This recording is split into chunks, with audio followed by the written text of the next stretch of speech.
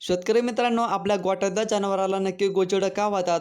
व्हिडिओच्या माध्यमातून आपण संपूर्ण माहिती डिटेलमध्ये जाणून घेणार आहोत. तर चला मग प्रथमतः आपल्या विशेष खतरा यूट्यूब चॅनल तुमचं सहर्ष स्वागत. शेतकरी मित्रांनो, गाईला, बैलांना आणि छोट्या छोट्या वासरांनाही गोचिडं झाले तर त्या वासरांची तब्येत ही आपण मात्र कमी होते. कारण की जे त्यांच्या अंगावरती गोचिड असतात, त्या गोचिड त्यांचं संपूर्ण रक्त पीत असतात.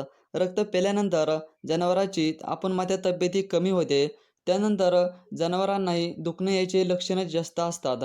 म्हणजेच जनावरांच्या अंगामध्ये रक्त कमी झालं की जनावराची आवश्यकतापणा येतो जनावराला आणि त्यानंतर जनावराची तब्येती आपण मात्र कमी होते आणि त्यानंतर आजारही जनावराला येऊ शकतो. मित्रांनो, आता महत्त्वाच्या विषयाकडे वळतो. जनावराला नक्की गोठ्यामध्ये व जनावराला गोचिडं नक्की का होतात?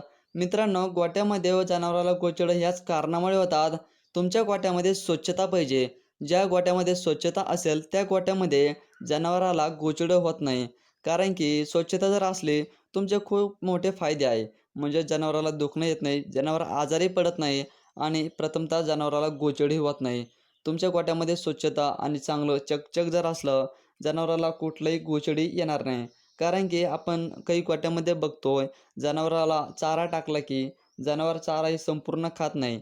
त्याच ठिकाणी त्या चाऱ्यावरती जनावर बसतं. त्यानंतर जनावराचं शेण आणि इतरही घाण गोठ्यामध्ये असते. त्यानंतर त्यामधून गोचिडं निर्माण होतात आणि तेच गोचिडं जनावरांच्या अंगावरती जातात आणि जनावरांचं रक्त पितात.